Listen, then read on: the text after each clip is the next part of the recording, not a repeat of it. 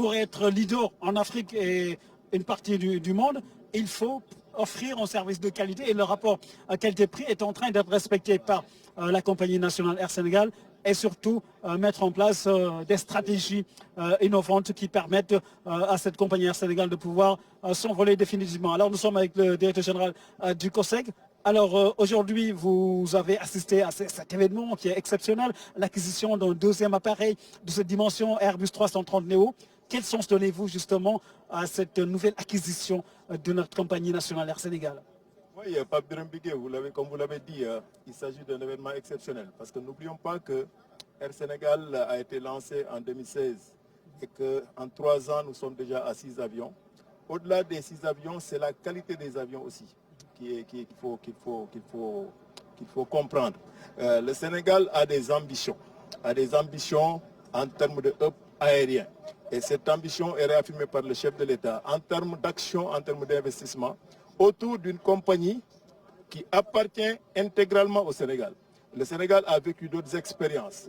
Souvenons-nous de l'expérience de Air Sénégal International, où la compagnie ne nous appartenait pas. C'était une expérience adossée à un pays étranger, notamment la Royal Air Maroc. Deuxième expérience, Sénégal Airlines, je n'en dirai pas beaucoup. C'était une expérience qui n'était pas concluante parce qu'il n'y avait pas des avions en propre. Aujourd'hui, nous avons nos avions. Ce sont nos avions. C'est notre compagnie et c'est notre aéroport.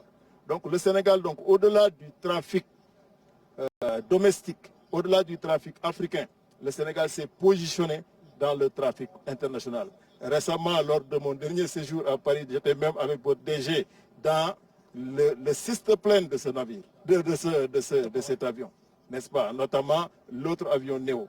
C'est pour dire quoi? C'est pour dire que notre pays a des ambitions de hub, disons, africain, de hub sous-régional, mais également de hub international, parce que n'oublions pas que cet aéroport est extensible en termes d'aérogare. N'oublions pas qu'au-delà de ces 6 avions, un MOU a été signé pour acquérir 8 autres avions. Mais comme l'a dit le chef de l'État, tout est dans la rigueur. Tout est dans la rigueur dans la gestion. Tout est également dans l'ambition en termes, disons, de positionnement stratégique. Nous avons des dotations factorielles. Nous avons les compétences. Nous avons un chef d'État qui a compris les enjeux et qui ouvre le pays en termes stratégiques globaux. Donc c'est merveilleux. C'est une journée extraordinaire pour le Sénégal. Et j'espère que l'équipe nationale aérienne du Sénégal saura relever le défi à l'instar des Lions de la Directeur général, le COSEG fait transporter donc beaucoup de gens, de passagers qui sont dans le secteur des transformations, surtout des femmes qui voyagent un peu partout dans le monde.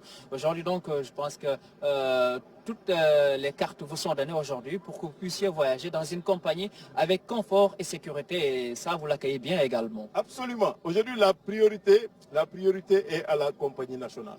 Je dis souvent à mes collaborateurs, même s'il faut retarder d'une journée ou bien décaler d'une journée, faisons tout pour booker au niveau de cette compagnie qui est un fleuron et qui également offre les mêmes standards que les compagnies, disons, étrangères. Récemment, lors du dernier voyage, je disais tout à l'heure à un ami, je lui disais que ce qui m'a surtout impressionné, c'est qu'il y avait beaucoup de passagers étrangers, notamment des passagers français, des passagers européens. Plus que les Sénégalais. Voilà. Et il y avait des Sénégalais également. Et il y avait beaucoup de Sénégalais, notamment des Sénégalais de la diaspora.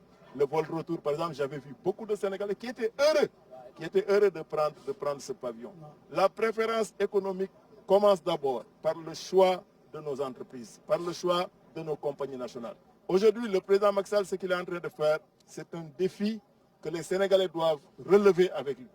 Aujourd'hui, cette compagnie, récemment même, il y a un classement, je lisais dans un journal, il y a un classement qui disait que c'est la compagnie la plus prometteuse d'Afrique de l'Ouest. Et c'est important. Et l'avantage de ce grand hub aéroportuaire de Diass permet déjà, en termes de perspective, de créer beaucoup de connexions à travers le monde. Bientôt, il y aura la ligne Washington, plusieurs autres destinations qui sont prévues par Air Sénégal. Et c'est important. Voilà, merci beaucoup. Merci beaucoup Bamba, merci Patrick Bigué. Et avec la RTS, je sais que cette équipe nationale aérienne sera relever le défi à l'instar de l'équipe nationale. Merci DG. C'était un plaisir de vous avoir. Merci. Voilà. On arrive au terme de ce plateau, cher Pape Birame. Absolument au terme, Pape Birame, avant de vous